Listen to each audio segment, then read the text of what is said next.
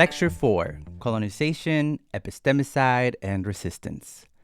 Before European colonization of the Americas, it is estimated that over 100 million people lived across the Western Hemisphere and the Caribbean.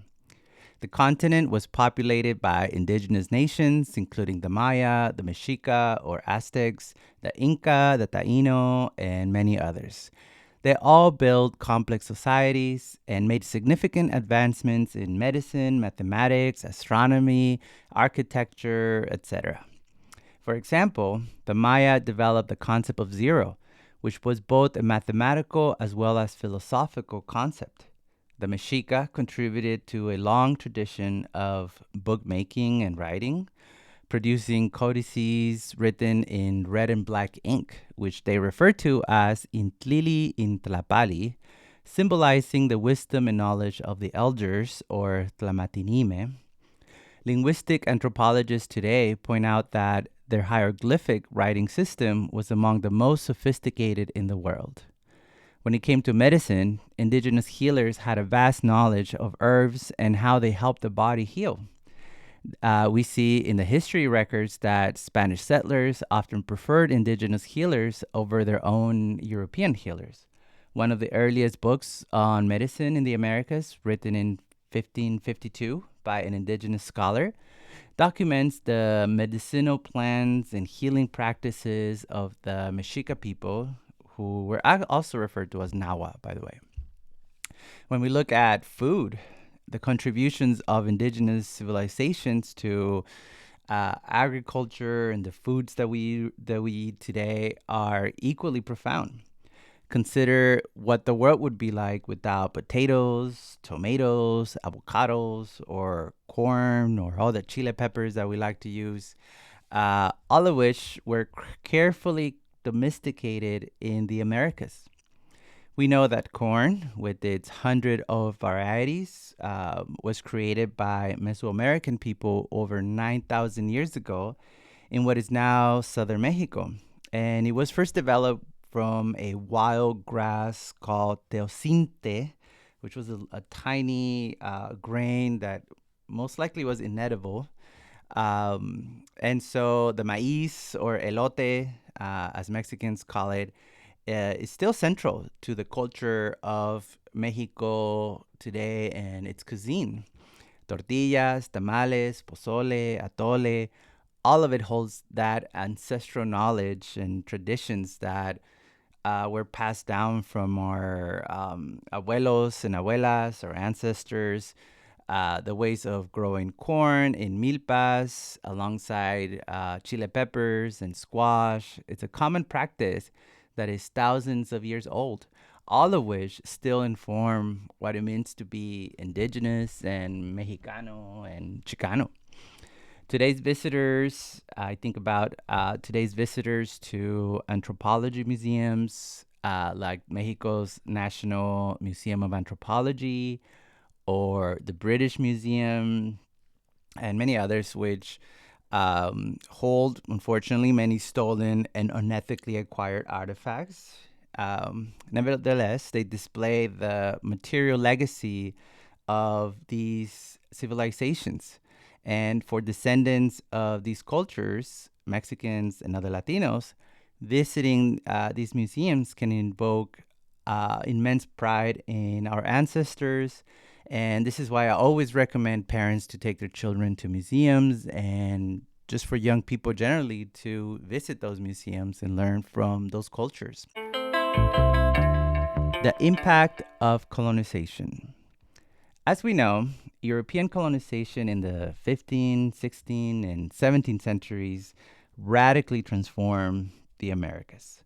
The Spanish, Portuguese, English, and French violently claimed the lands and people of the continent, often under religious justification, such as the Christian doctrine of discovery. And now we can see that the result was catastrophic. Within a century of the fall of Tenochtitlan in 1521, it is estimated that 90% of the indigenous population perished due to war, disease, and enslavement, and other consequences of conquest. In Mexico alone, the population dropped from an estimated 25 million to only 1 to 2 million. Imagine the cultural devastation, um, entire systems of knowledge, uh, the impact on spirituality and intergenerational memory, all were deeply disrupted with the loss of elders and community leaders who were often persecuted, killed. We know that books out of thousands and thousands of books, we know that there were libraries, places where they kept all these books were burned, right? And interestingly, in 1492, often taught as the year of discovery of the New World, that year was also the year that Spain expelled Muslims and Jews from the Iberian Peninsula. Muslims, the Moors, had been in what is now southern Spain for about 700 years or so, and they too impacted the culture, contributed to the culture, the architecture, mathematics, science, etc. And during the Spanish so-called Reconquista, which wasn't really a reconquering because Spain didn't really exist before this time period. It was different kingdoms with different people, different identities. So Spain first colonized itself under the banner of Catholicism and then later extended their crusade into the Americas, right? And so when they saw indigenous people that were coded, overseen as a new infidel, a category of infidel like the Muslims or Jews that needed to be either converted or eliminated. Colonization, when we look at colonization, we see that it was not simply about taking over land or imposing a new government system. It was that.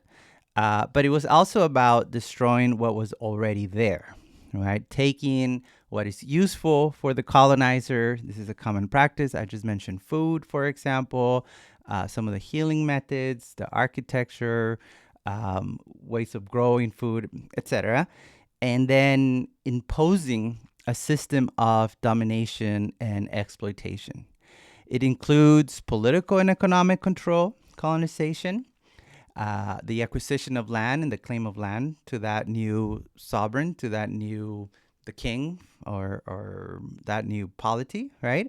But also the imposition of new languages, belief systems, ways of seeing the world, new social structures of economics, society, trade, etc.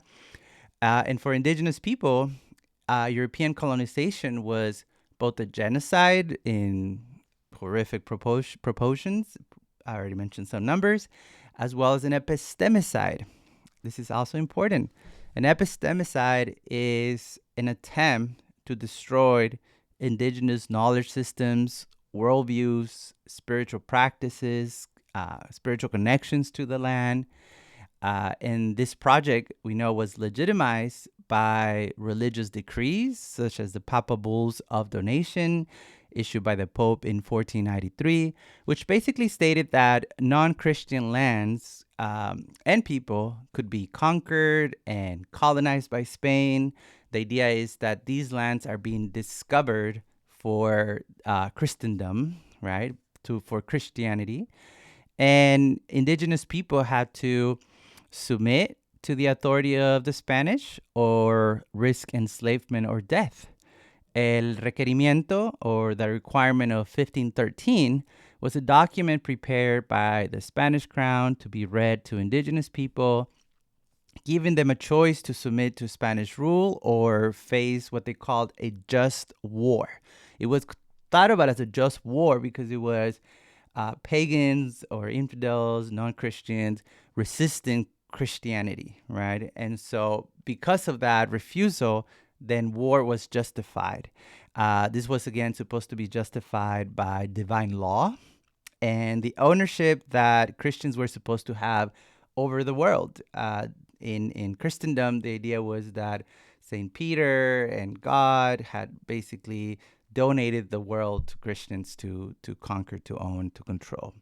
And believe it or not, El Requerimiento, this document that was written in 1513 was written to appease the consciousness of the kings and queen, the king and queen, and the conquistadores, who feared that maybe what they were doing, the killing, the raping, and the stealing, maybe it was a sin. They worry about damnation, so they got their scholars, their lawyers, all informed by religion, of course, and they figured out that as long as you can read this and give them a choice, right, to convert, to submit, then it was all justified. The war was justified if the natives refused that request, which often in practice they could not understand, did not hear about, but it was kind of a formality.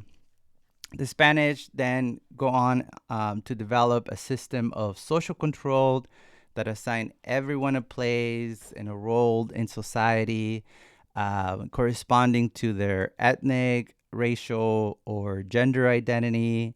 This system laid the foundation for modern racial categories, gender norms in Latin America or in the Americas.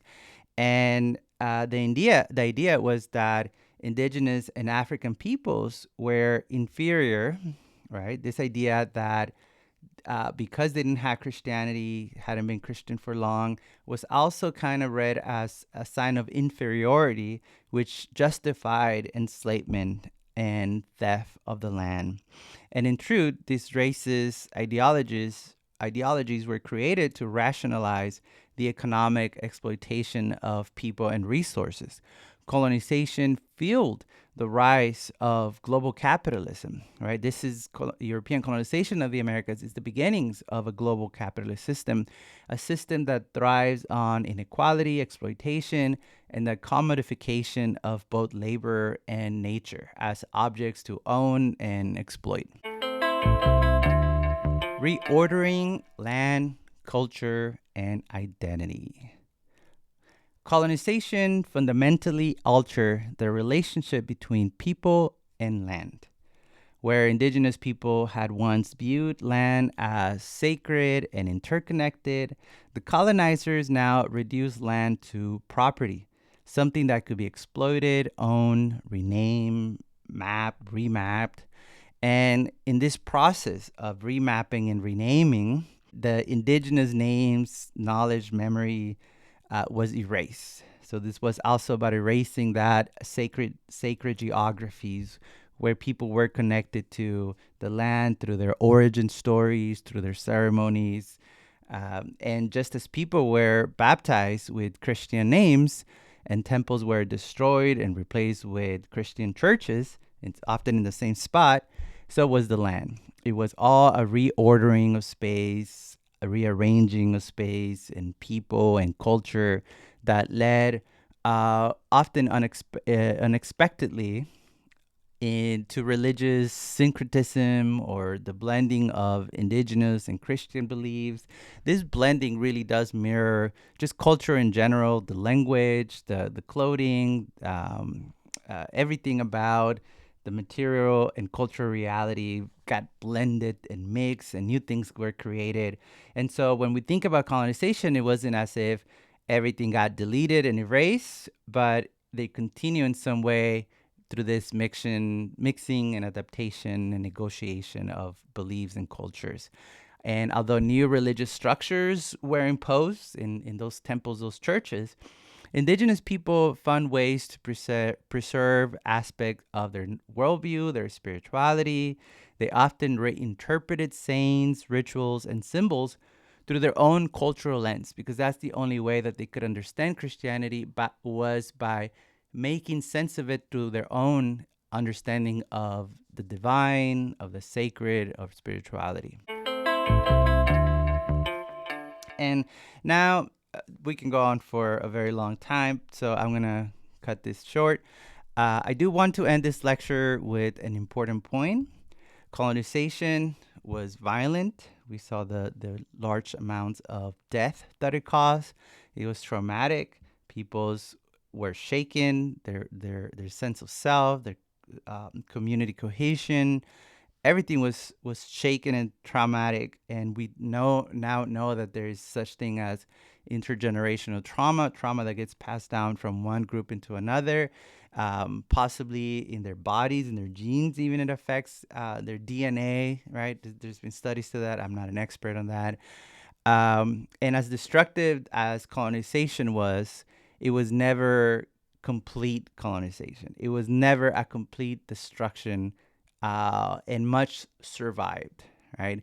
The people remain, and with them, the memory, the traditions, and the possibility of revitalizing and recreating those systems of knowledge and community. So as long as the people continue to live and exist in the same place that their ancestors and their communities have existed before for thousands of years, there was always the possibility of bringing knowledge and those practices back, or revitalizing those practices. And now, as the indigenous populations have grown, and now many of them are mixed people as well, they're doing that work of preserving language, preserving culture, and despite centuries of attempts to erase indigenous identities, indigenous people resisted and adapted and are proud to be indigenous today. They preserve knowledge, reimagine traditions, pass them on. And today, Mexico recognizes more than 68 indigenous cultures, each with languages legally recognized as equal to the Spanish language. So they're all considered national language. They have constitutional rights that give some groups a certain level of autonomy, of self-rule. And the best example would be like the Maya Zapatista in Chiapas, southern Mexico, who have pretty much complete autonomy of their communities, where they control the land, education system, the government. And today, indigenous communities continue to fight for land, language, and justice. And also, importantly, for the survival of a worldview rooted in reciprocity, dignity, and respect, that is an important element or purpose for Chicano studies as well. So when we look at that past history, we cannot forget to look at indigenous people today and how we can learn from this worldview, from these practices that contribute to, again, a system of dignity and respect for each other and for the planet. Peace.